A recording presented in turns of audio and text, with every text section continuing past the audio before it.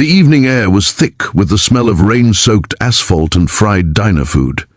Emma, 28, tied apron over her casual jeans and t-shirt, wiped her hands on a towel and glanced at the nearly empty parking lot. The small diner had been slow tonight, and she was ready to close. Her long brown hair, damp from the drizzle, stuck to her forehead, and her heels clicked softly against the wet pavement as she locked the diner's front door behind her. There was a moment of quiet, a calm before the storm, that made her uneasy. She shrugged it off, telling herself it was just the loneliness of closing late. Out of the corner of her eye, a rustle near the line of trees beside the diner caught her attention. 3 figures stepped out, their faces half hidden under hoodies and scarves. She recognized them immediately, the same group of local troublemakers who had tormented customers and employees alike for months. Tyler, the tallest with a cruel grin, cracked his knuckles. Vince, the wiry one with darting eyes, circled behind her, and Jordan, the loudest, a sneer permanently etched on his face, blocked the small path leading to her car. Emma's stomach dropped. Before she could react, Tyler lunged, grabbing her arms. Vince joined in, twisting her wrists until the sharp sting of rope bit into her skin. Emma struggled, but the 3 of them had practiced this before. They had done it to other victims, and they knew how to immobilize someone quickly.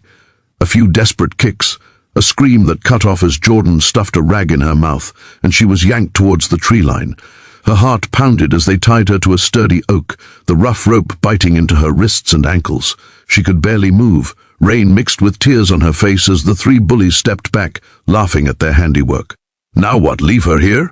Jordan asked, still smirking. Tyler shook his head. "Let's wait a bit. See if anyone comes." Their laughter echoed through the empty lot. Emma's mind raced. She had only one chance, one call, and her fingers trembled as she retrieved her phone from her pocket with her toes, pressing the speed dial she had memorized. Her husband, Noah, 32, a Navy SEAL, always told her that if she was in danger, he would find her, and now she needed him more than ever. The seconds dragged and the bullies were growing restless, joking and mocking her helplessness. "Better tell your husband to hurry," Vince sneered. Emma's lips curled into a small, almost imperceptible smile behind the gag. Noah would be here, and when he arrived, these bullies wouldn't know what hit them. Her mind flashed back to the countless hours she had spent listening to Noah's stories, training, discipline, tactical maneuvers, and she imagined him descending on this scene, calm, precise, lethal. Far off, the faint rumble of a powerful engine grew louder. Tyler squinted into the night, confused. "What's that?" he muttered. By the time Noah's truck skidded to a stop near the diner, he had already assessed the situation in a single glance. His eyes, cold and unwavering, locked on the 3 figures by the tree. Without hesitation, he exited the truck, rain dripping from his camo jacket, muscles tensing for the confrontation. "Let her go," he said in a voice so low and controlled it made the bullies freeze. "Now." The 3 exchanged nervous glances. Noah didn't wait for an answer.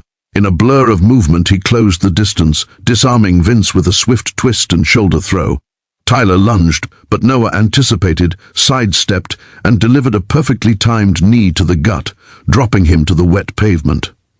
Jordan tried to flee, but Noah's hand shot out, grabbing him by the collar and flipping him over his shoulder. Rain-soaked and winded, the bullies scrambled to their feet, but Noah's eyes never left them, calculating, methodical, and utterly terrifying. Emma watched, heart pounding, as her husband neutralized the threat with surgical precision. She wanted to call out, to run into his arms, but the adrenaline and fear left her paralyzed. Within minutes, it was over. Tyler, Vince, and Jordan were on the ground, groaning, completely incapacitated but alive. Noah approached the tree, untied Emma with careful hands, his voice softening as he brushed the wet hair from her face. "You're safe now. I've got you." Her knees weak, Emma leaned into him, grateful, terrified, and overwhelmed all at once. The rain fell around them, washing away the fear, leaving only the warmth of relief and love. "Thank you," she whispered, voice trembling. Noah kissed her forehead, holding her tightly. "Always," he said simply, and it carried a weight of promise that the bullies would never forget. Even in the quiet aftermath, Emma's mind replayed the fear, the terror, and the adrenaline. But the overriding thought was clear: she had survived. Her faith in Noah, her trust in his training, and the sheer force of his love had turned what could have been a nightmare into a story of triumph. And she knew, deep down, this wasn't just about surviving. It was about strength, justice, and unshakable courage. As Noah led her to the truck, Emma looked back at the immobilized bullies, drenched and humiliated. She felt a surge of vindication and power. One call, she murmured to herself, one call, and everything changed. The night, the rain, and the diner seemed almost cinematic, as if the world had slowed to highlight this moment of victory.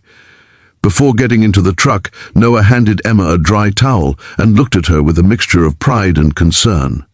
"Let's go home," he said. Emma nodded, already imagining the warm shower, the comforting embrace, and the quiet satisfaction of knowing they had faced danger together, and emerged victorious. Even as the truck pulled away, Emma's mind was racing with thoughts of tomorrow, of telling the diner staff, and of how quickly life could change with one decisive act.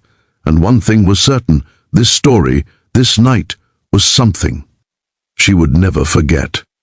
Subscribe now to follow more stories where courage meets chaos and ordinary people face extraordinary situations and survive with heart-stopping intensity.